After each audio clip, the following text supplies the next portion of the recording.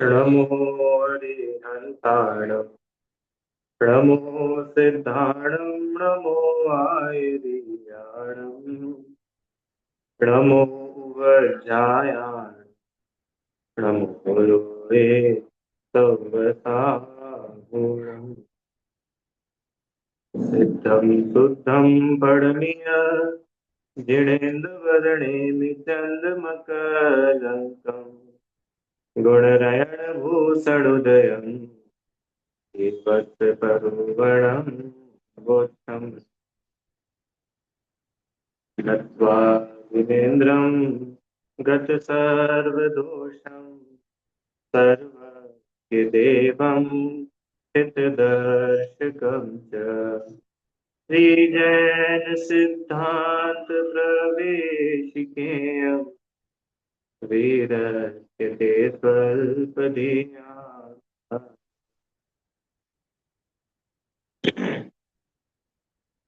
पंडित श्री गोपाल दास जी गौरैया द्वारा रचित जैन सिद्धांत प्रवेशिका हम लोग पढ़ रहे हैं और इसमें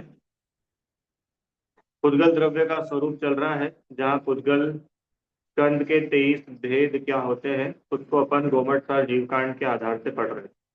कौन कौन से होते हैं भैया 23 भेद? एक बार अपन नाम पढ़े। अणुवर्गणा, संख्यात अणुवर्गणा। वर्गणा किसको बोलते हैं? पुद्गल परमाणुओं का समूह, उसको वर्गणा कहते हैं। अणुवर्गणा, संख्यात अणुवर्गणा, असंख्यात अणुवर्गणा, अनंत अणुवर्गणा, आहार वर्गणा, अग्राह्य वर्गणा, तेजस वर्गणा, अग्राह्य वर्गणा, भाषा वर्गणा, अग्राह्य वर्गणा, मनोवर्गणा, अग्राह्य वर्गणा, कारमाण वर्गणा, ध्रुव वर्गणा, सांतर निरंतर वर्गणा। यहाँ तक हम लोगों ने कल पढ़ा था, कल तक पढ़ा था, है ना, कल और परसों 2 क्लास में।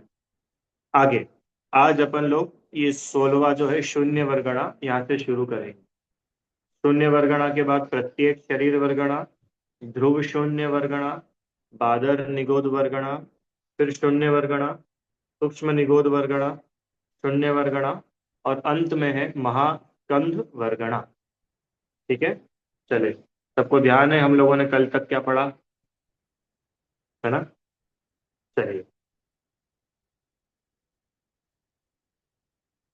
सांतर निरंतर में क्या देखा था कि यहाँ पर इस पर्टिकुलर रेंज में एक एक बढ़ करके वर्गणा नहीं होती है, बीच में कहीं गैप भी आता है, कहीं अंतर है, कहीं अंतर नहीं है।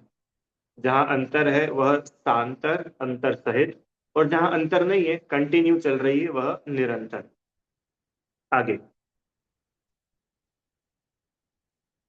इसके पहले की जितनी वर्गणाएं थी वे सब ध्रुव वर्गणाएं थी, माने उसमें कहीं बीच में अंतर नहीं पड़ रहा था। पर यहाँ जो है ये एक स्पेसिफिक रेंज ऐसी आई है जहाँ पर अंतर भी पड़ता है, इसलिए उसको यहाँ बतलाया। अब सांतर निरंतर के बाद में शून्य वर्गणा है। शून्य वर्गणा का यहाँ अलग से दिया है, इसको पहले पढ़ लेते हैं। किसको बोलते हैं शून्य वर्गणा? चारों शून्य वर्गणा का एक ही साथ दिया है यहाँ पे। ये वर्गणाएं कभी संसार में नहीं पाई जाती है, यानी इतने परमाणुओं का स्कंध कभी नहीं बनता। हाँ, इनसे अधिक या कम परमाणुओं का स्कंद पाया जा सकता है, वो होता ही है, वो तो अपन ने देखा है। पर ये स्पेसिफिक रेंज, चार अलग अलग ऐसी रेंज है कि उस रेंज की वर्गणाएं कभी संसार में पाई ही नहीं जाएगी। अब प्रश्न उठता है कि भैया एक तरफ तो आप बोलते हो संसार में पाई नहीं जाएगी और बोल रहे हो कि ऐसी है, तो जब है तो पाई जा रही है तभी तो है ना। अरे प्रश्न आया कि नहीं समझ में?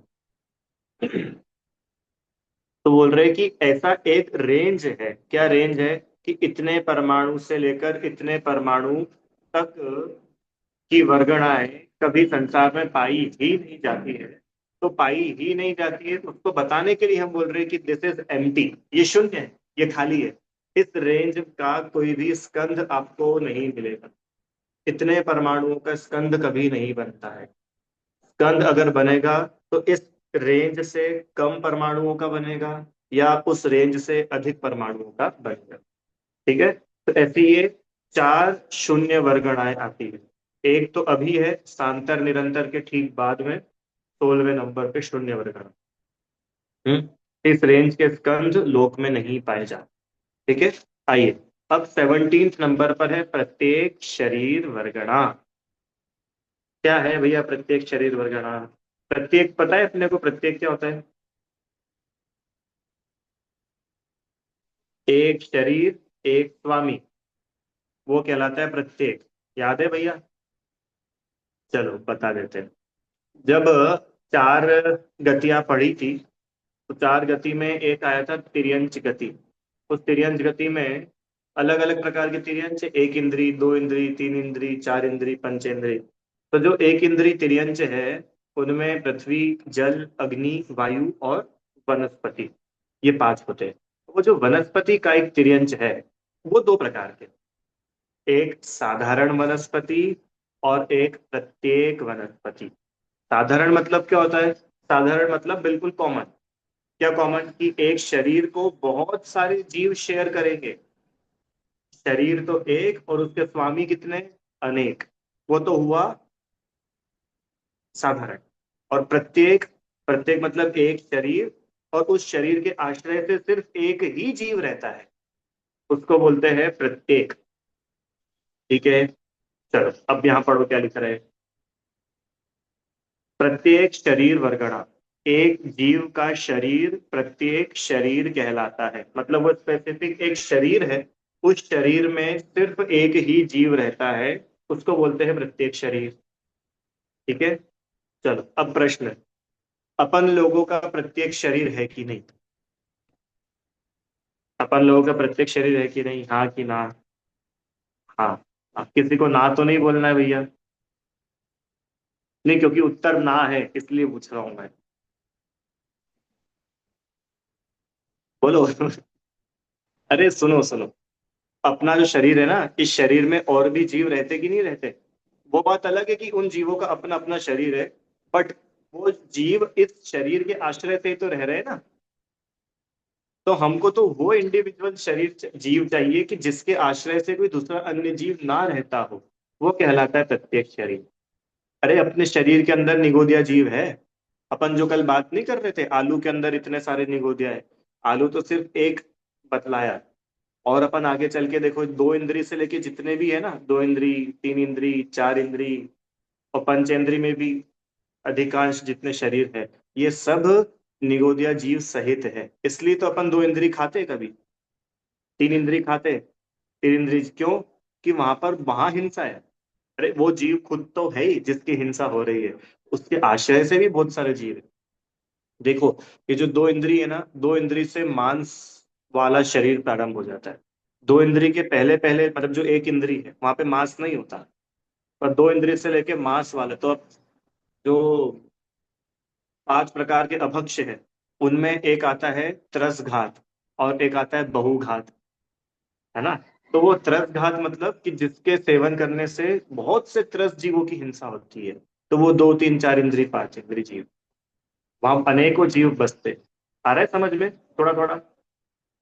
चलो अब, ये जो प्रत्येक शरीर है, वो प्रत्येक शरीर किस किस के होते हैं? माने एक शरीर और उसमें एक ही जीव रह रहा है और कोई जीव उस शरीर में है ही नहीं, ऐसा समझो।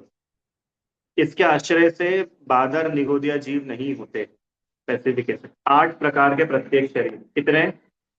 ये नया है। आठ प्रकार के प्रत्येक शरीर होते हैं। कौन कौन से होते हैं? पृथ्वी, जल, अग्नि, वायु। हो गए चार, आठ में से चार हो गए। वापस कौन कौन से चार है?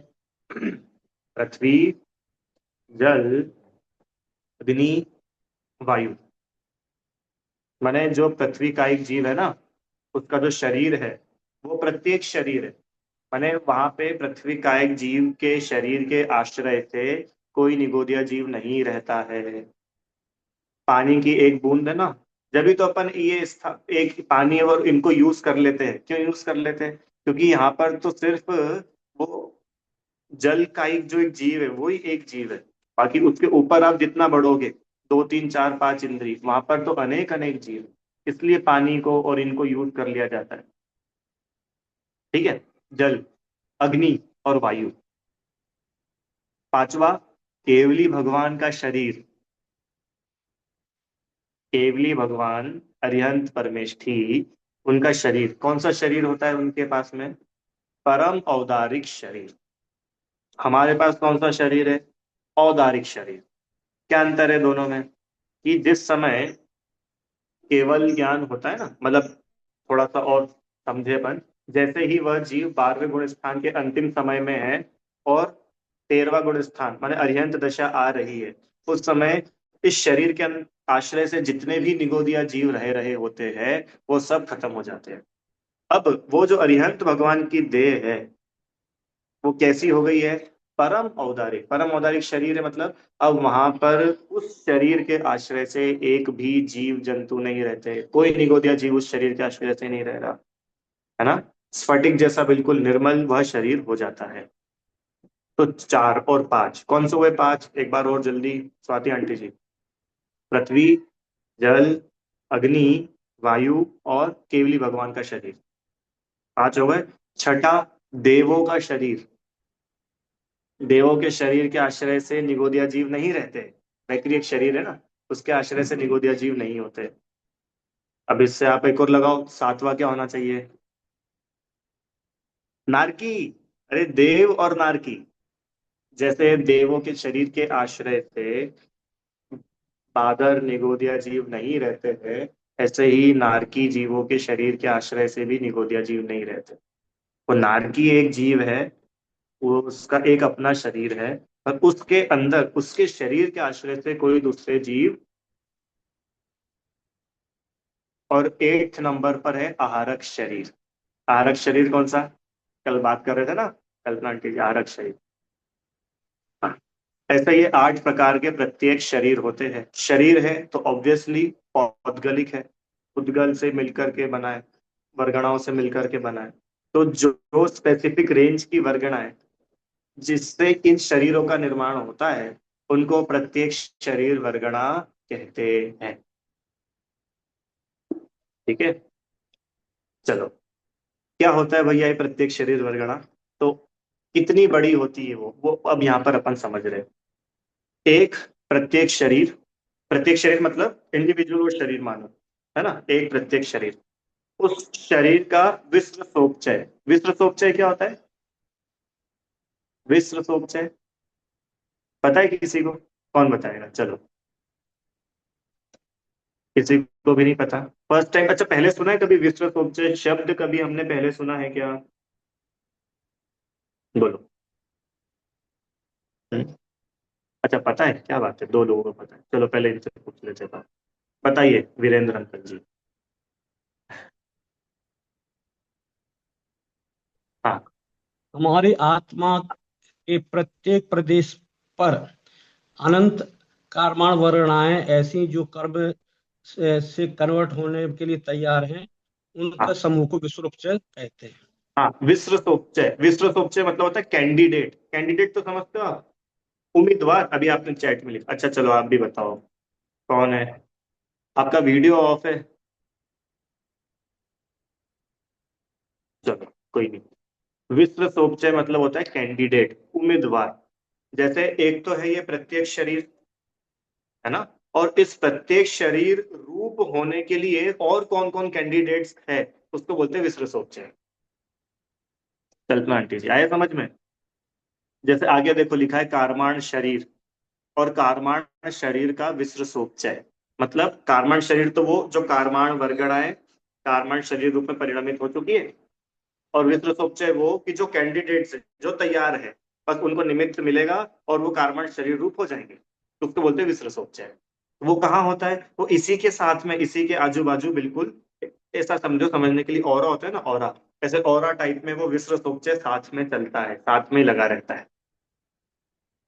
आया समझ में? सब लोगों को आया भैया? कितने लोग हैं? सबको पक्का? श्रुति दी। विश्व सोपचय किसको बोलते हैं? कैंडिडेट। कैंडिडेट मतलब समझ में आया? उम्मीदवार। क्या उम्मीदवार? प्रत्येक शरीर का विश्व सोपचय मतलब ऐसे पुद्गल परमाणु जो प्रत्येक शरीर बनने रूप परिणमित होने के लिए तैयार है। उन अभी वो बने नहीं है, पर वो कैंडिडेट है।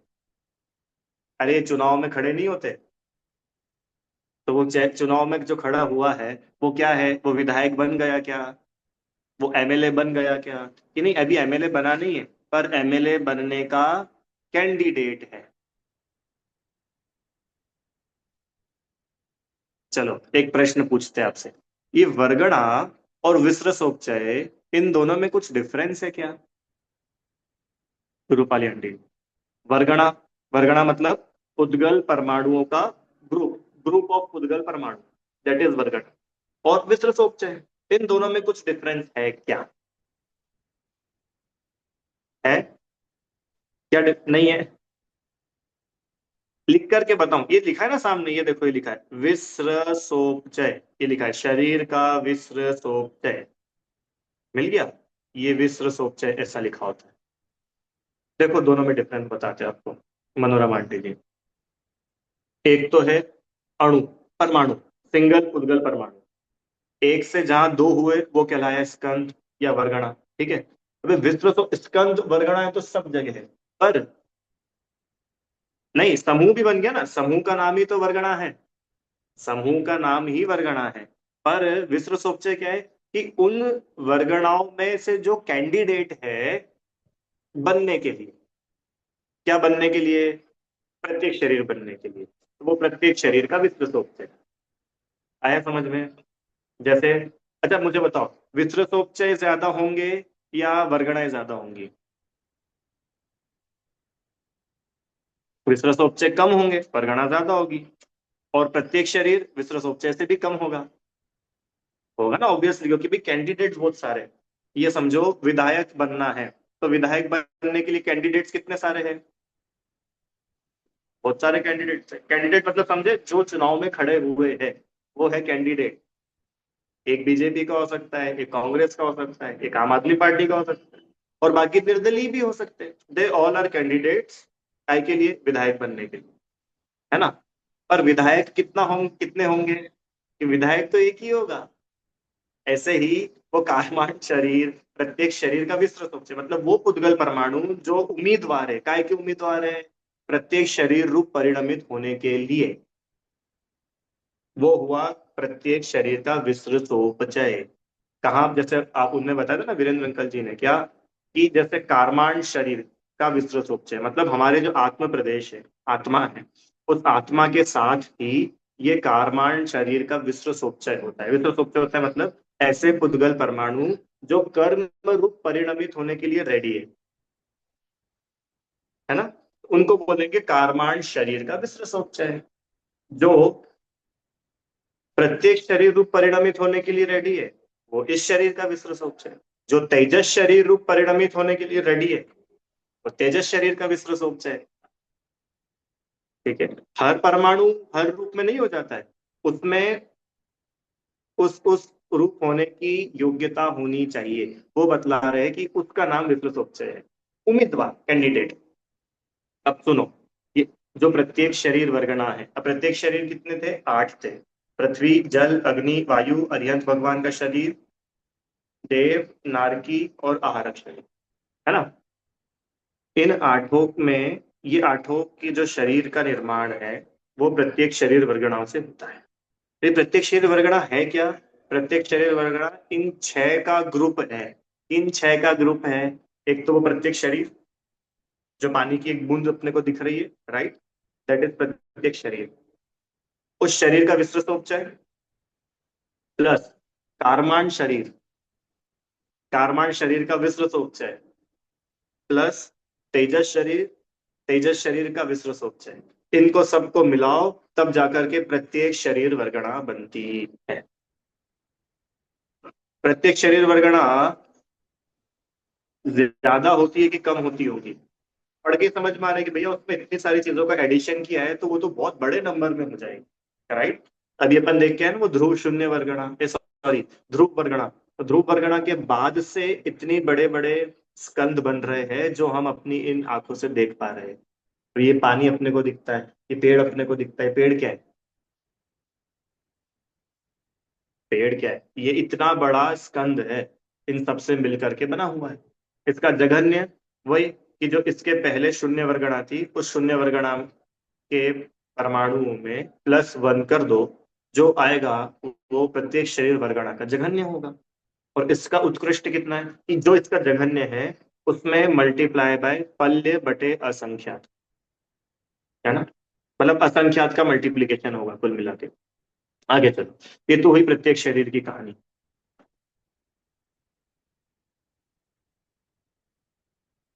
अब एक प्रश्न, जो पानी की एक बूंद है जल कायिक विथ जीव, जो पानी जीव सहित है, ये तो आप समझते हो ना, जो पानी अपने को आंखों से दिखता है वो जल कायिक जीव का शरीर है, और उसके अंदर जल कायिक जीव होता है, बराबर। हाँ, तो जो जल कायिक पानी की एक बूंद है, श्रुति जी, वो पानी की एक बूंद कितनी बड़ी है? भैया इतनी छोटी सी है। बोल रहे वो इतनी छोटी सी नहीं है, वो पानी की एक बूंद जो हमको दिख रही है ना, वो एक प्रत्येक शरीर प्लस उसका शरीर का विस्तृत सोपचय प्लस कार्माण शरीर प्लस कार्माण शरीर का विस्तृत सोपचय प्लस तेजस शरीर प्लस तेजस शरीर का विस्तृत सोपचय, इतने इतने इतने इतने परमाणुओं से मिल करके वो एक बूंद अपने को दिख रही है। आया समझ में? अच्छा, ये तो हुआ जीव सहित जो पानी की बूंद है जलकायिक, वो वो इस रेंज में आ गई, प्रत्येक शरीर वर्गना वाली रेंज। अच्छा, और किसी में से पानी की, किसी में से जीव निकल गया हो, ठीक है, अब वो इससे बड़ी होगी, इससे छोटी होगी, या इतनी वर्गना वाली ही होगी? किसी में से, प्रश्न आया समझ में? कल्पना के लिए कठिन हो रहा है क्या? देखो बहुत सिंपल है, पानी की एक बूंद है, उस पानी की एक बूंद के अंदर जल का एक जीव है, तो पानी की बूंद उस जल का एक जीव का शरीर है। इतना आप सबको समझ में आ रहा है? ये पेड़ है, ये वनस्पति कायिक। क्यों कायिक? क्योंकि इसके अंदर वनस्पति कायिक जीव अभी है। अच्छा, वो वनस्पति कायिक जीव अगर निकल गया तो ये पेड़ तो अभी है ना, पौधोलिक जो शरीर दिख रहा है वो तो अभी है कि नहीं है? तो जब वो जीव निकल गया, उसके बाद में वहां पर उतनी ही वर्गणाएं हैं या कुछ वर्गणाएं कम हो जाएंगी? ये प्रश्न है। कम होंगी। हाँ, कैसे कम होंगी? कि ये कारमान शरीर चला जाएगा ना, कारमान शरीर तो जीव के पास में है, उद्गल क्या करेगा कारमान शरीर का? अरे भैया वो जीव जहां भी जाएगा वो कारमान शरीर उसका उसके साथ चला जाएगा। अच्छा, कारमान शरीर ही जाएगा कि कारमान शरीर का विसर्ग उपचय भी चला जाएगा? अरे भाई जब कारमान शरीर ही नहीं है तो उम्मीदवार क्या करेंगे वहां पे? वो भी कारमान शरीर के साथ साथ चले जाएंगे उंगली पकड़ के। तेजस शरीर, तेजस शरीर भी चला जाएगा, तेजस शरीर का विसर्ग उपचय भी चला जाएगा। आई बात समझ में? तो वो जो पानी की एक बूंद है जीव रहित, फिर वो किस वर्गना वाली रेंज में आएगी? भैया या तो वो ध्रुव वर्गना हो सकती है या सांतर निरंतर हो सकती है। क्यों? क्योंकि जीव रहित हो गया ना वो, अभी तो सिर्फ अभी जो अपने बात नहीं कर रहे थे, ये टेबल है कुर्सी है, जो जीव रहित पुद्गल अपने को दिखते हैं। कल्पना आंटी जी, ये जैसे मोबाइल, चश्मा है, ये चश्मे के अंदर कोई जीव रहता है क्या? पर पानी है, पानी के अंदर जीव पाया जाता है। ये शरीर है, शरीर के अंदर जीव पाया जाता है। तो वो जीव पाया जा रहा है, तो वो जीव के साथ जो संबंधित पौद्गलिक वर्गणाएं हैं वो सब भी ऐड होती है। पर अब जब वो पानी की बूंद में से वो एक जीव निकल गया, तो निकल गया तो क्या होगा कि वो जीव रिलेटेड जितनी वर्गणाएं थी ना वो सब चली गई, तो अब वो क्या हो गया कि इससे तो कम ही हो जाएगा। तो या तो फिर वो ध्रुव वर्गणा या सांतर निरंतर वर्गणा, जो जैसी उसकी रेंज बनेगी उसमें चला जाएगा। ठीक है, बोलो भैया क्या प्रश्न है? भैया जैसे ये प्रत्येक शरीर की बात कर रहे हैं, तो जैसे जो पानी की एक बूंद रहती है उसमें अपन 36,500 जीव ऐसे कुछ मानते हैं, तो फिर वो मतलब वो कैसे प्रत्येक शरीर में काउंट होता है? वो 36,500 निगोदिया नहीं है, तो 36,500 जो है वो त्रस जीव है। वो त्रस जीव में आएंगे। हाँ, जल। और ये इसको ये इसका ये ऐसा है, प्रत्येक शरीर इसके आश्रय से बादर निगोदिया जीव नहीं होते हैं, उसको बोलते हैं प्रत्येक शरीर। बादर और निगोदिया जीव नहीं होते हैं। हाँ, मतलब उसके आश्रय से निगोदिया जीव नहीं है, मतलब वो जो पानी है ना, पानी उसके आश्रय से निगोदिया जीव नहीं रहते। जैसे अपना शरीर है, अपने शरीर के आश्रय से निगोदिया जीव ही रहते हैं। अच्छा। तो वो प्रत्येक शरीर को कैसे डिफ्रेंशिएट करा कि भैया ऐसा शरीर जहाँ पे निगोदिया जीव नहीं रह रहे, वो प्रत्येक शरीर। बाकी वो त्रस जीव भले हो, वो 36,500 जो अपन बताते थे, एक बूंद दर्शन है पानी की, वो तो बात त्रस जीवों की बात है, वहां एक ये स्थावरों की बात नहीं होता है। ओके ओके, ठीक है भैया। हाँ, बोलिए। भैया, मुझे एक चीज, जैसे पानी की जो आप एक बूंद की बात कर रहे हैं ना, पानी की एक बूंद है, उसके अंदर जो जीव है, तो कार्बन शरीर और तेज शरीर तो उन जीवों का हाँ है ना। अब फिर जो प्रत्येक शरीर है, जो जो पानी को जो शरीर है, पानी का जो हाँ शरीर है, उसको कहा गया है। हाँ, प्रत्येक शरीर इज दैट ड्रॉप, वो पानी की जो बूंद दिख रही है ना, जो दिख रहा है आंखों से, दैट इज प्रत्येक शरीर, वो उसका शरीर। तो वो तो पुद्गल है ना भैया, मतलब वो उसमें पौधगलिक भी है। उसका भी विश्वसज्जय कैसे होगा, क्योंकि प्रत्येक शरीर बनने को कैसे तैयार है, मतलब वो मुझे क्लियर नहीं हो पा रहा कि कार्बन शरीर तो समझ में आया कि उससे शरीर बन रहा है, कर्मों की रचना हो रही, तेज शरीर से तेज शरीर की रचना हो रही, हाँ लेकिन ये प्रत्येक शरीर तो पुद्गल अपने आप में, मतलब ये जैसे पेड़ का एक शरीर बस, हाँ तो उसके भी परमाणु बनने को तैयार हाँ, होते हैं। अरे कॉन्स्टेंटली उसमें से अनेकों अनेकों परमाणु एड ऑन होते हैं और अनेकों परमाणु वहां से निकल जाते हैं। तो कौन से परमाणु उसमें जुड़ पाएंगे? वो विश्वसोपचय वाले। लेकिन अगर विश्व सबसे शरीर, प्रत्येक शरीर का जुड़ेगा तो साथ साथ कार्बन का भी पक्का ही जुड़ेगा वो, तो फिर उसमें, क्योंकि हाँ उसमें और भी बातें जाएंगे। हाँ, मतलब जो शरीर रूप परिणमित होने की जिनमें योग्यताएं है, वो शरीर का विश्वसोपचय। विश्वसोपचय मतलब ग्रुप ऑफ दैट कैंडिडेट्स, हम्म। वो होंगे उस रूप परिणमित। जो कार्बन शरीर रूप परिणमित होने में जिनकी योग्यताएं है, वो कैंडिडेट्स, वो कार्बन शरीर का विश्वसोपचय। ठीक है, बोलिए। ये बहन जी कह रही थी कि ये शरीर तो पुद्गल रचना है, तो कार्बन शरीर भी तो पुद्गल रचना ही है, उसमें कौन हाँ, सा जीव है? सभी जहाँ पर वर्गणाएं हैं वहां सब पुद्गल ही है, सब उसमें पुद्गल भी ही तो सब पुद्गल ही। रचना है, पर वो जीव की कही जा रही है, तो वो तो संबंध का उससे स्थापना है ना पे कि संबंधित है भाई वो बस। जीव के साथ संबंध है, इसलिए वो कार्बन शरीर किसका है? ये जीव का है, जीव के साथ जाएगा। तो वो करणान योग में ऐसा कहा जाता है, पर माना क्या जाएगा? माना यही जाएगा कि वो जो प्रत्येक शरीर है, वो भी पौद्गलिक है। कार्बन शरीर है, वो भी पौद्गलिक है, सब पौद्गलिक। उद्गल की तो चर्चा चल रही है। चलो आगे। प्रत्येक शरीर वर्गणा समझ में आई? किसको बोलते हैं प्रत्येक शरीर वर्गणा? एक जीव का प्रत्येक शरीर, एक जीव का शरीर वह प्रत्येक शरीर कहलाता है, और उस शरीर रूप स्कंद की रचना जिन परमाणुओं से मिलकर के होती है, उस रेंज को बोलते हैं प्रत्येक शरीर वर्गणा। ठीक है, आगे चलते हैं। प्रत्येक शरीर वर्गणा के बाद में फिर से शून्य वर्गणा, है ना, फिर एक स्पेसिफिक रेंज की, उस रेंज के स्कंद फॉर्मेशन होता ही नहीं है। फिर वो शून्य वर्गणा, ये देखा ना, द्वितीय शून्य वर्गणा। ये द्वितीय शून्य वर्गणा में +1 करो तो आप अगली रेंज में आएंगे। कौन सी अगली रेंज? बादर निगोद वर्गणा। क्या लिखा है बादर निगोद वर्गणा? एक बंधनबद्ध बादर निगोदिया जीवों का विश्वसोपचय सहित कर्म नौकर्म परमाणुओं का स्कंद बादर निगोद वर्गणा है। भैया ये तो बहुत खतरनाक हो गया, तो कठिन कठिन बड़े बड़े शब्द आ गए। अरे कुछ नहीं है, देखो सुनो। बंधनबद्ध मतलब बंधे हुए, एक बंधन में बंधे हुए। बादर निगोदिया जीवों का, ये बादर निगोदिया कौन होते हैं? हम्म अभी प्रत्येक में अपन ने क्या बात की थी कि जो निगोदिया जीव जिस शरीर के आश्रय से नहीं रहते हैं, वह प्रत्येक वर्गणा है ना। क्या था? प्रत्येक शरीर वर्गणा। अब यहाँ ये बता रहे हैं कि जहां बादर निगोदिया जीव जिसके आश्रय से रहते हैं, उस रचना की बात चल रही।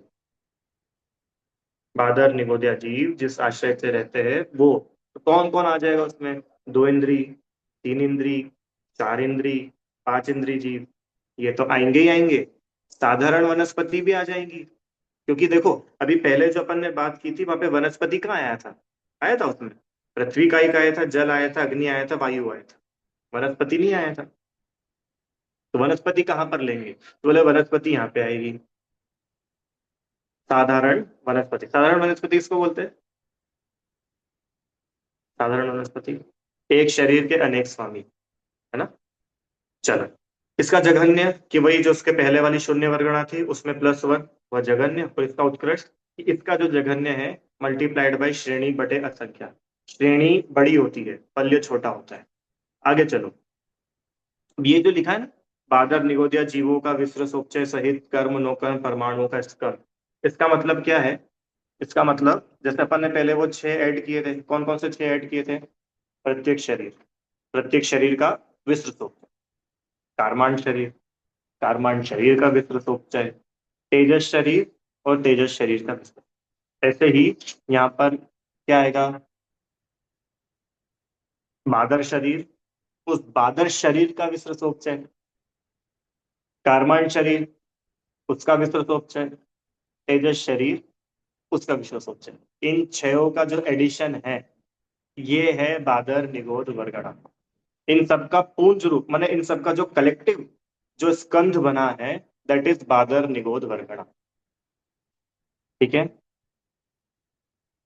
अच्छा, अपना जो शरीर अपन ने बात की थी ना, प्रत्येक शरीर में तो आया ही नहीं था क्योंकि अपने शरीर के आश्रय से निगोदिया जीव रहते हैं, राइट। अपना जो शरीर है जो दिख रहा है ये क्या है? ये बादर निगोद वर्गणा का स्कंध है।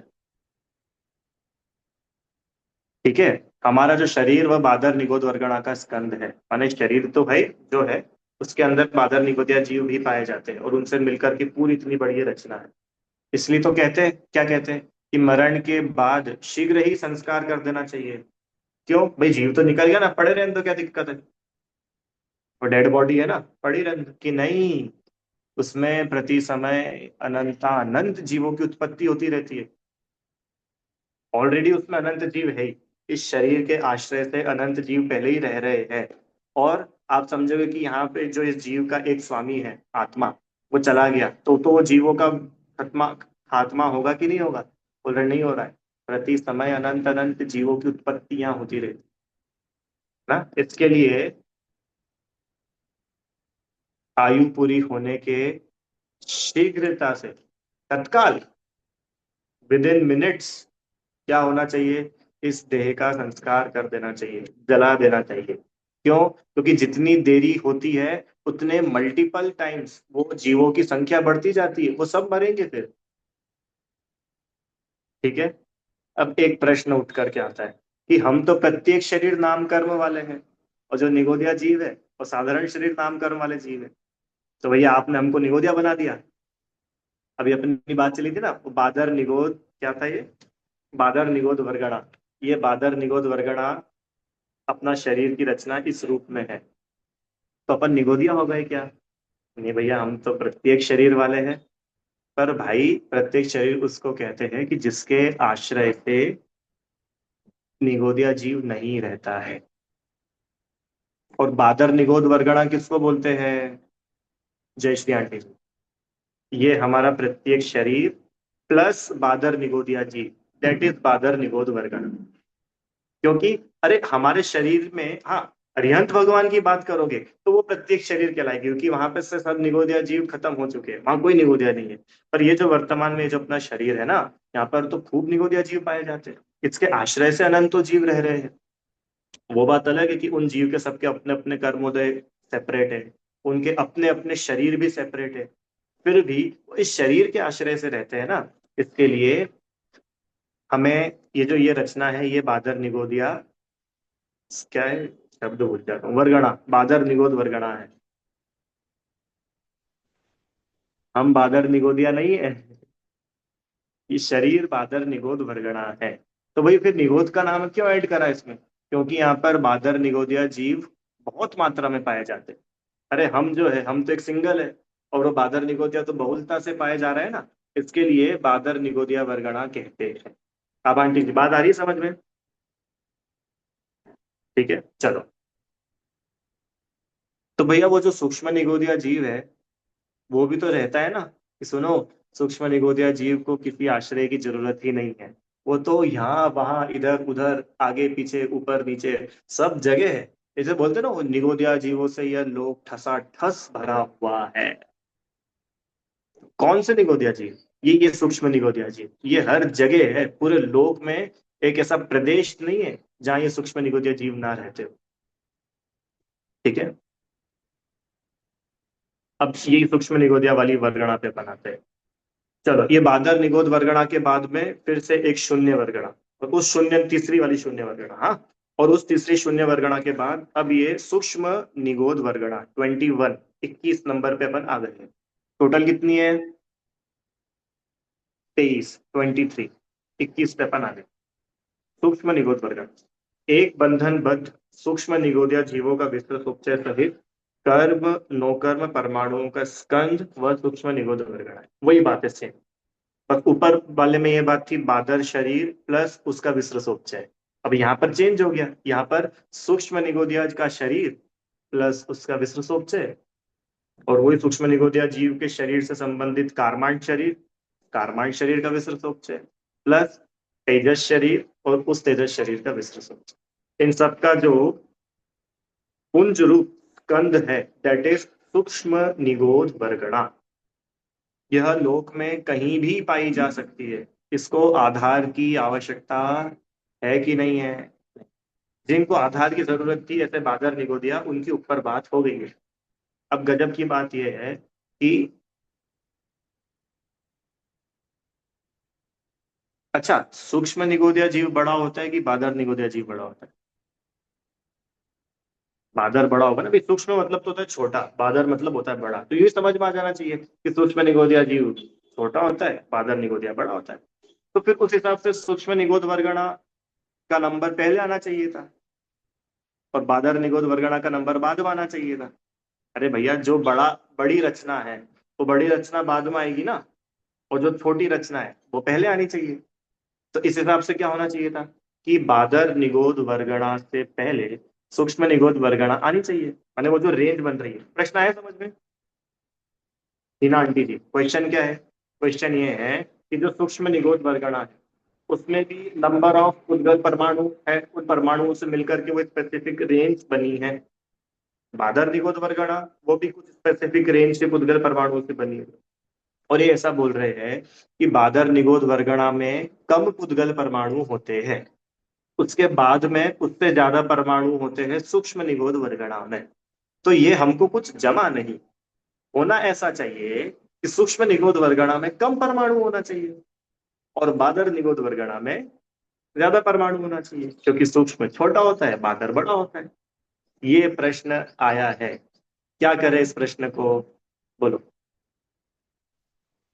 आपको प्रश्न समझ में आया कि नहीं? ये तो पता चला मैं उत्तर भी सुना दूंगा, और ना प्रश्न समझ में आया तो उत्तर का क्या करेंगे।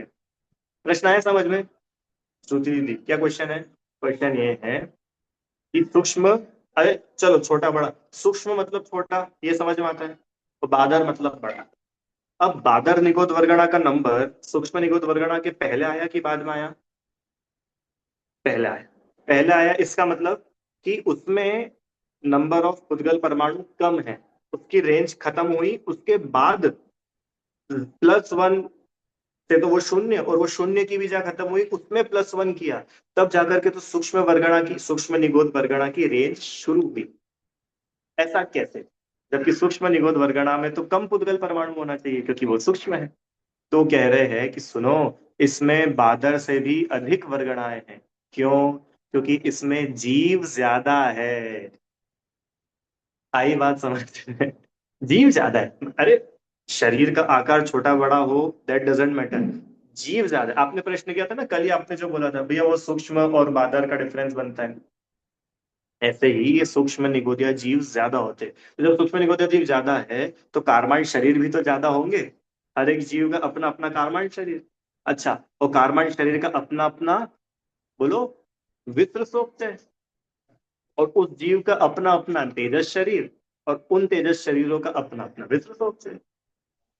इसके लिए वो सूक्ष्म निगोद वर्गणा, उसमें ज्यादा पुद्गल परमाणु है। आया समझ में? पक्का? भैया देखो, जिनके वीडियो बंद है उनकी गारंटी मैं नहीं लूंगा। क्यों नहीं लूंगा? क्योंकि मुझे आपका चेहरा नहीं दिखेगा, तो मुझे नहीं पता चल पाएगा कि आपको समझ में आ रहा है कि नहीं। क्या करूं, मति ज्ञान है ना, वो थोड़ा लिमिटेड है। चलो आगे चलते हैं। ठीक है, इसका उत्कृष्ट जघन्य इंटू पल्य बटे संख्या, ठीक है, मतलब इस स्पेसिफिक रेंज की पुद्गल वर्गणाएं जो है वो ही सूक्ष्म निगोद वर्गणा रूप से परिणमित होती है। ठीक है, ये कौन से नंबर का पढ़ा अपन ने? 21, 21। आइए 22 नंबर पे चलते हैं। 22 नंबर है शून्य वर्गणा। फिर से मतलब एक स्पेसिफिक रेंज ऐसी है कि उस रेंज के पुद्गल परमाणु का स्कंध लोक में कहीं नहीं पाया जाता, शून्य, 0। अब इसके बाद 23 नंबर पर अंतिम जो है उसका नाम है महास्कंद वर्ग। क्या होती है भैया महास्कंद? कहाँ मिलेगी ये? और जब इतनी बड़ी है तो हमको दिखती क्यों नहीं है? क्या गजब बात है। अपने को बादर निगोद वर्गणा दिख रही है, अपने को ध्रुव वर्गणा दिख रही है, तो महास्कंद वर्गणा नहीं दिख रही है। तो रूपाली आंटी, आपको दिखती है महास्कंद वर्गणा? अपने इंदौर में तो कहीं नहीं है, क्यों? इंडिया में क्यों? इंडिया वालों को दिखती है महास्कंद वर्गणा? हिना आंटी जी, आपको तो दिखती होगी वहां लंदन में महास्कंद वर्गणा। और है कितनी बड़ी? सबसे बड़ी यही है, फिर भी दिख क्यों नहीं रही है? देखो पढ़ते अपन, ये एक्चुअली है क्या? व्हाट इज महास्कंद? जितना बड़ा लोकाकाश है, सुनो सुनो, जितना बड़ा लोकाकाश है उसमें जितने छोटे बड़े स्कंद है ना, जितने भी छोटे बड़े स्कंद, वो सबका समूह, दैट इज महास्कंद। भैया ऐसे समझ नहीं आया, कुछ और बताओ। तो देखो आचार्य बोल रहे हैं भवनवासियों के भवन। भवनवासी के भवन कहाँ पर आते? भवनवासी के भवन नीचे अधोलोक, है ना? देवों के विमान कहाँ आते? देवों के विमान ऊपर ऊर्ध्वलोक। 8 पृथ्वी, ये कौन सी 8 पृथ्वी भैया? कौन सी 8 पृथ्वी? देखो, भवनवासी देवों के जब खत्म हुए ना भवन, उसके नीचे नरक की वो अधोलोक की 7 पृथ्वियां, एक साथ वो। और जहाँ देवों के विमान खत्म हुए उसके ऊपर 8वीं ईशत प्रागभाग, 8वीं पृथ्वी जहाँ सिद्धशिला है। अरे भैया, अपन लोगों को जाना है कि नहीं उस पृथ्वी पे? अच्छा, आप लोगों को जाना है कि नहीं 8वीं पृथ्वी पे? नहीं जाना? आप लोग सिद्ध चक्र विधान कर रहे हो कि नहीं अष्टानिका में? तो सिद्धों के अपन गुणगान कर रहे हैं, तो सिद्ध भगवान कहाँ पर है? उस 8वीं पृथ्वी पर ही तो है। पर वही सिद्ध बन करके जाना है, निगोदिया बन करके नहीं जाना है। माँ निगोदिया भी रहते, पर अपने को सिद्ध बन के जाना है। चलो, तो 8 पृथ्वी, कौन सी 8 पृथ्वी? 7 तो नीचे अधोलोक की, भवनवासी के नीचे, और ये जो ऊपर वैमानिक देवों के विमान है इसके ऊपर एक, ऐसी 8 पृथ्वी। तो ये तो हुआ ऊपर और नीचे का गणित। और इधर मध्यलोक की रचनाएं देखो तो मेरु पर्वत, कुलाचल, ये सब जो 3 लोक का एक स्कंद है, वह महास्कंद कहलाता है। रूपाली आंटी, मतलब वो भवनवासी देव का भवन और ऊपर वैमानिक देव का विमान, ये एक ही स्कंद है। वही प्रश्न उठाए कि इतने दूर दूर है और आप एक कैसे बोल रहे हो? आया प्रश्न समझ में? उस दिन आपने एक पेपर के 2 टुकड़े कर दिए थे और आपने बोला था वो पेपर 2 है, जबकि वो तो कितने पास पास है। और कहाँ 7वीं भूमि नरक की, और कहाँ वो 8वीं पृथ्वी, कितनी दूर है। और आप क्या बोल रहे हो? सिंगल, एक स्कंद इतना बड़ा महास्कंद।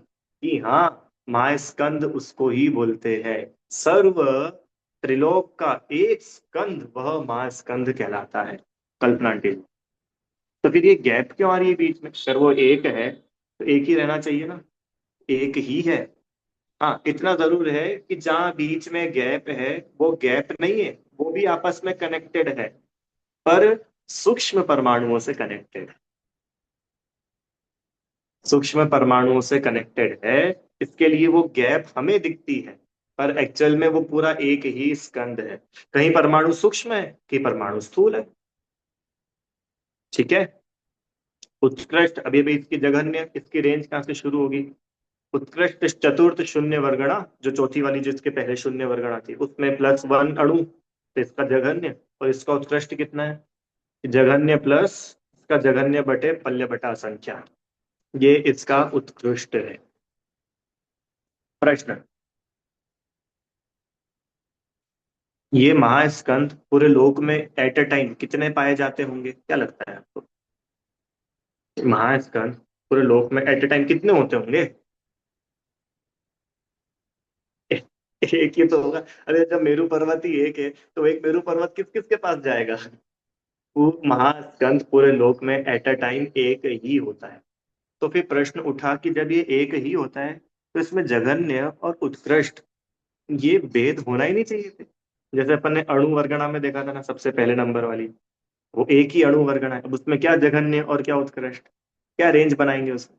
ऐसे ही ये जो महास्कंद है ये भी एक ही होता है, तो इसमें रेंज क्या बनाएंगे? वो तो एक है सो है, तो फिर इसमें जघन्य उत्कृष्ट की बात कहाँ से आई? प्रश्न आया समझ में?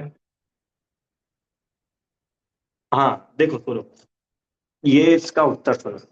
इसमें जघन्य उत्कृष्ट इसलिए दिए है कि यहाँ पर तो रेंज दे दी गई है। क्या रेंज दे दी गई है? कि पिछली वाली शून्य वर्गणा से एक अणु ज्यादा, और इसके जघन्य से जघन्य बटा पल्य बटे असंख्यात, ये इस रेंज के जो परमाणु हैं वे परमाणु महास्कंद रूप होते हैं। ठीक है, इतने परमाणुओं का हो सकता है, मतलब वो जो महास्कंद है ना, वो इस रेंज माने इतने परमाणुओं का हो सकता है। हाँ, उसमें परमाणु कम ज्यादा होते रहते हैं।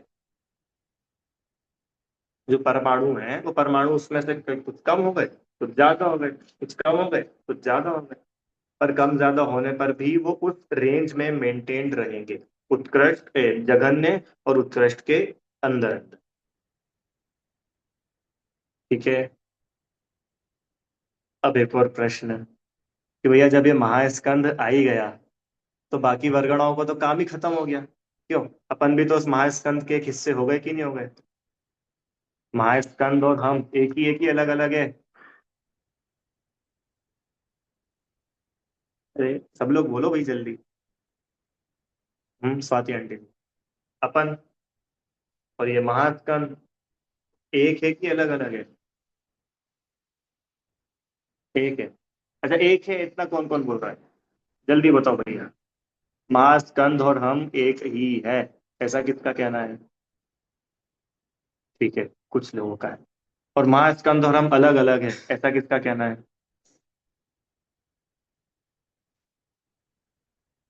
देखो अब इसका उत्तर सुनो। भैया हम जीव है, महास्कंद पुद्गल है, तो जीव और पुद्गल ये एक कैसे होता है? गजब कर रहे हो आप। जरूरी थोड़ी कि एक ही प्रदेश पर रहे रहे हो तो एक हो जाए। आकाश द्रव्य यहाँ पे है कि नहीं है? और उसी जगह ये जीव द्रव्य भी है कि है? तो जीव और आकाश एक हो गए क्या? अलग अलग है ना। ऐसे ही महास्कंद बड़े भले ही पूरे लोक में व्याप्त हो, पर फिर भी जीव तो एक भिन्न द्रव्य है ना। तो जीव और महास्कंद एक कैसे हो सकता है? अपने को जैसे मैंने आपसे पूछा कि अपन और महास्कंद अलग अलग है कि नहीं, तो अपने को आत्मा तो याद ही नहीं आया।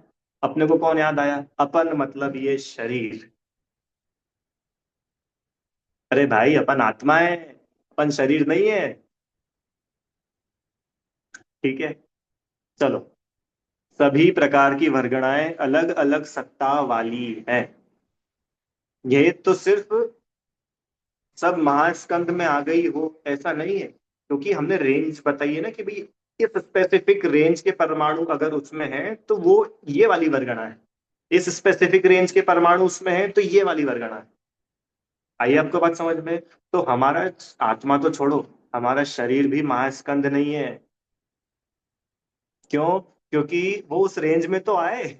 भैया महास्कंद की रेंज इतनी बड़ी है, ये इसमें है ही नहीं इतने परमाणु, तो उस रेंज में ही नहीं आ रहा है, तो कैसे हम महास्कंद के सत्ता वो पार्ट हो सकते हैं? आप लोग को बात आई कि नहीं समझ में? सब लोगों को भैया? सबको आ गई? पक्का? चलो बहुत अच्छी बात। ठीक है, तो ये 23वें नंबर की वर्गणा थी, इसका नाम है महास्कंद। चलो, चार शून्य वर्गणाएं तो अपन ने पढ़ ली, उनका उत्कृष्ट और मध्यम वो एक बार देख लो, अगर आप लोग नोट डाउन कर रहे हो तो आपको ये हेल्प करेगा। जघन्य तो सबका वही है, उसके पहले वाली वर्गणा में +1 करो। और चारों का उत्कृष्ट अलग अलग है। जो सबसे पहली वाली शून्य वर्गणा थी वो क्या है? जघन्य मल्टीप्लाई बाय जीव राशि बट अनंत, है ना, जीव राशि into Anant, that is the उत्कृष्ट फॉर द फर्स्ट शून्य वर्गणा। सेकेंड, जघन्य इंटू मिथ्या दृष्टि राशि अपॉन, ये क्या है? ये साइन का है किसी को पता है? ये जो साइन है, इस साइन का है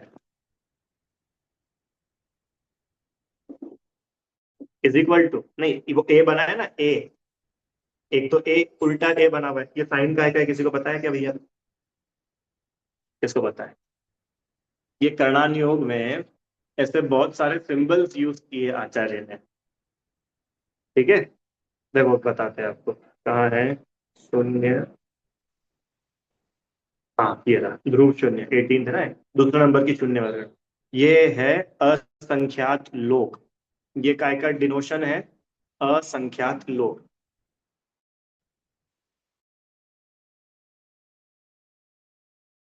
3 लाइन और ऐसा उल्टा ए, असंख्यात लोक। तीसरी वाली शून्य वर्गणा का उत्कृष्ट कि उसका जघन्य मल्टीप्लाई बाय सूच्य अंगुल अपॉन असंख्यात। तो चौथी वाली असंख्यात शून्य वर्गणा का उत्कृष्ट, उसका जघन्य मल्टीप्लाई बाय जगत प्रतर बटे असंख्यात। अब भैया जगत प्रतर और सूच्य अंगुल ये सब क्या होते हैं, वो मेरे को भी नहीं पता, मैं जब पढ़ूंगा तो आपको पढ़ा दूंगा। ठीक है, चलो हो गया अपना, ये हो गया। एक बार मैं ग्रंथ में से देख लेता हूँ इससे रिलेटेड।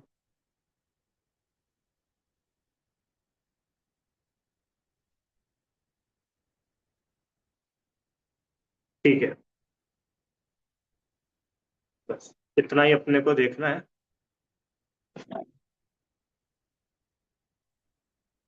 बाकी अभी इसी का थोड़ा डिटेल है अभी। ठीक है भैया, ये आपको समझ में आया, ये 23 वर्गणाएं। अब ये 23 वर्गणाएं है क्या? उद्गल स्कंध, उद्गल परमाणुओं का समूह। जीव का इनसे कुछ संबंध है भी कि नहीं है? हम्म, जीव का इससे क्या संबंध है कि जीव इनसे संबंध बनाए तो संबंध ही संबंध है, और संबंध ना बनाए तो सिद्ध हो जाए। समस्त परद्रव्य से संबंध छूटकर हम इन सब वर्गणाओं को पढ़े, वो पढ़ करके, अच्छा चलो ये हुआ, 2 मिनट और लेंगे आपके, हैं टाइम हो गया। ये सब वर्गणाओं को पढ़ने से लाभ क्या हुआ, पर्पस क्या? चलो पहले पर्पस बताओ, क्यों पढ़ी अपन ने सब वर्गणाएं? क्यों पढ़ी? चलो इसको स्टॉप करें, अब थोड़ी देर आप लोग बोलो, मैं सुनूंगा। ये वर्गणाएं हमने क्यों पढ़ी? और ये तो पक्की बात है, शायद आप में से कुछ एक दो होंगे ऐसे जिन्होंने इन 23 को पहले पूरा पढ़ा होगा, नहीं तो अपन सबका ये फर्स्ट फर्स्ट टाइम ही था। इनफैक्ट मैंने भी अभी अभी अभी पढ़ा इनको। तो अपन लोगों ने क्यों पढ़ा, क्या फायदा हुआ, हुआ कि नहीं हुआ, बता दो भैया। हम भैया भेद विज्ञान के लिए, मतलब समझने के लिए कि कैसा भेद अगर हम विज्ञान? परद्रव्यों को समझेंगे कि ये परद्रव्य है जीव से, तो ही तो हमें, अगर जब तक इनका स्वरूप ही नहीं समझ में आएगा तो हम अपने आप को अलग कैसे मान पाएंगे। हाँ नाइस, बढ़िया। कि भैया पुद्गलों के स्कंद के टाइप पढ़े कि इतने इतने टाइप की जो रचनाएं दिखती है ये सब पौद्गलिक ही है, पुद्गल की ही बनी हुई है। तो हम ये जरूर समझ जाए कि ये भिन्न है और हम भिन्न हैं। हम इनसे भिन्न एक न्यारी सत्ता वाले जीव, वो जीव द्रव्य अपन है, और ये पुद्गल एक अलग द्रव्य है, ये अलग सत्ता जीव। गुड। और कोई?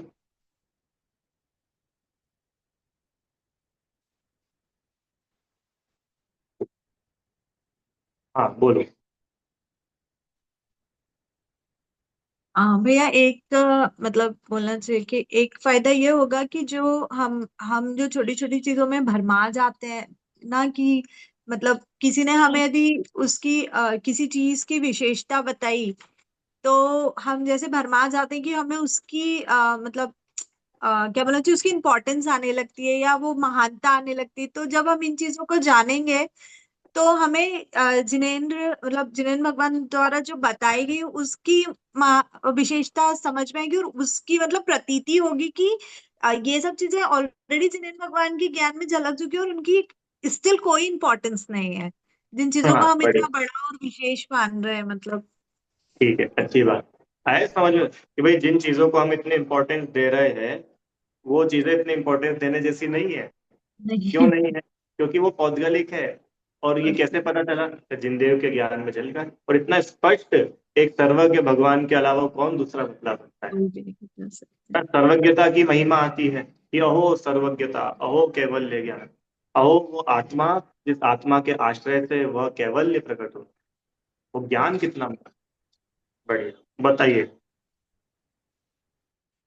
माया आंटी जी। हाँ, मैं जो बताने वाली थी अभी आपने 2-3 वाक्य में बोल ही दिया कि चलो हमें आप केवल और ज्ञान बताओ। की महिमा आती है, सर्वज्ञता की महिमा आती है कि वो हाँ। केवल ज्ञान कैसा होगा कि इतना छोटा छोटा परमाणु भी उसकी नजर में आ जाता है, दृष्टि में आ जाता है। हम्म, अच्छी बात है।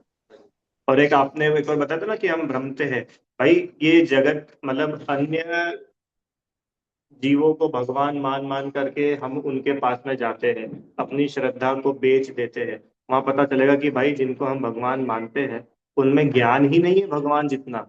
भाई भगवान तो वो होते, एक तो खुद ही बोलेंगे कि भाई हमारे भगवान सब जानते हैं, और सब जानते हैं और उनको यही नहीं पता है कि ये मेरा बेटा है कि हाथी है। तो इससे मतलब वो पूर्वापर विरोध उससे ही पता चल जाता है कि जो सर्वज्ञता है वो कितनी महान है। और सर्वज्ञ व्यक्ति ही सच्चा उपदेश दे पाएगा। अल्पज्ञ व्यक्ति सच्चा उपदेश कैसे दे पाएगा? क्यों? जो सब कुछ जानेगा उसका उपदेश ऑथेंटिक है, कि जिसको कुछ भी ज्ञान नहीं है, आधा अधूरा ज्ञान है, उसका उपदेश ऑथेंटिक है। जिनदेव के प्रति श्रद्धा आती है। बोलिए टीना आंटी। उस बोले। हाँ, तो वो एक हम जब हम स्वाध्याय करते हैं यहाँ पे तो एक 4 स्टेप्स हमें सिखाई थी, कि गुजराती में हम सिखाई थी, मैं हिंदी में ट्रांसलेट करने की कोशिश करती हूँ। कि मेरे में ज्ञान है, ठीक है, तो इस ज्ञान की महिमा आनी चाहिए। तो द्रव्य कर्म में उदय आते हैं, द्रव्य कर्म में भूल गई मैं, हाँ, उदय उदय उदय आते हैं, और वो जो है वो उसकी झलक, उसका प्रतिभास हमें दिखता है। तो जो प्रतिभास के समय हमें ये निर्णय लेना है कि ये स्व है कि पर है, ये मेरा स्वभाव है कि मैं इससे अलग हूँ, जैसे आपने पुद्गल और उसका कहा। तो उस समय जब उदय आते हैं तो उस समय ये मेरे कर्मों का उदय है।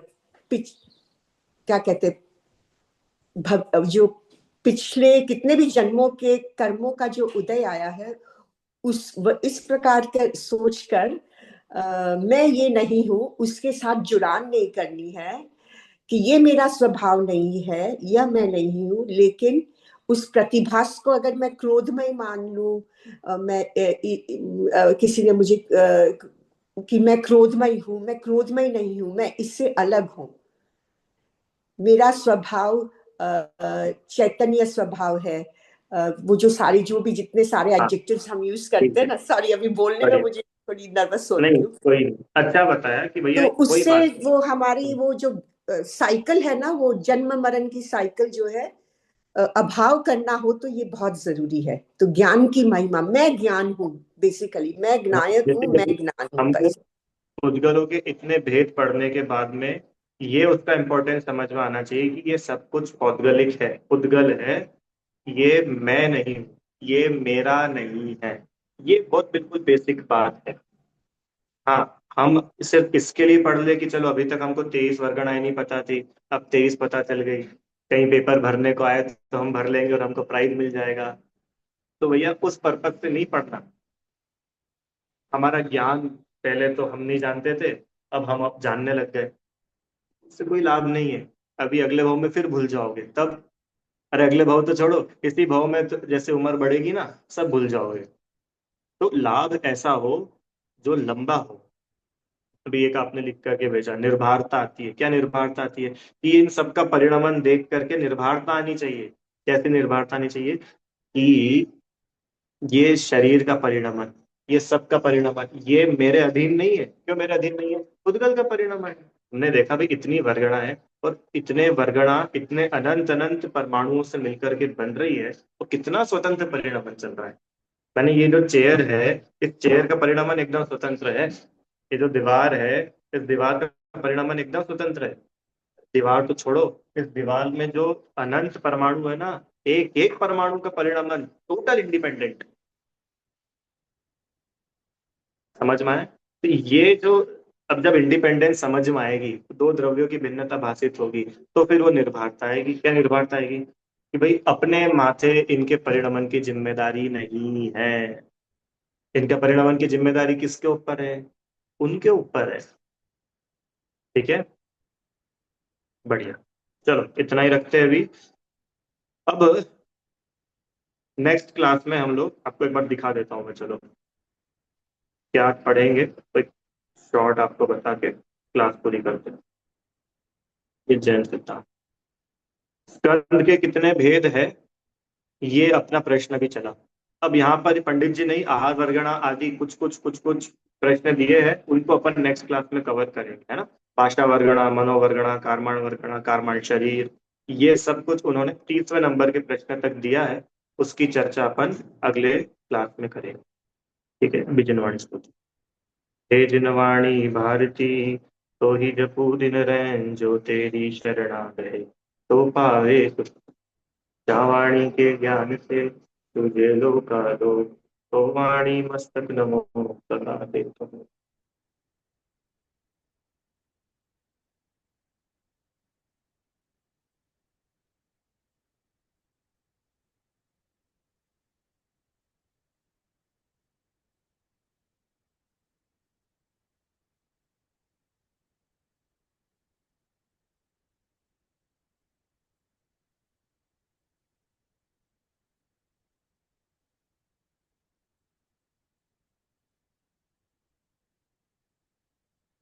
जय बोलिए द्वादशांग में जिनवाणी माता की जय।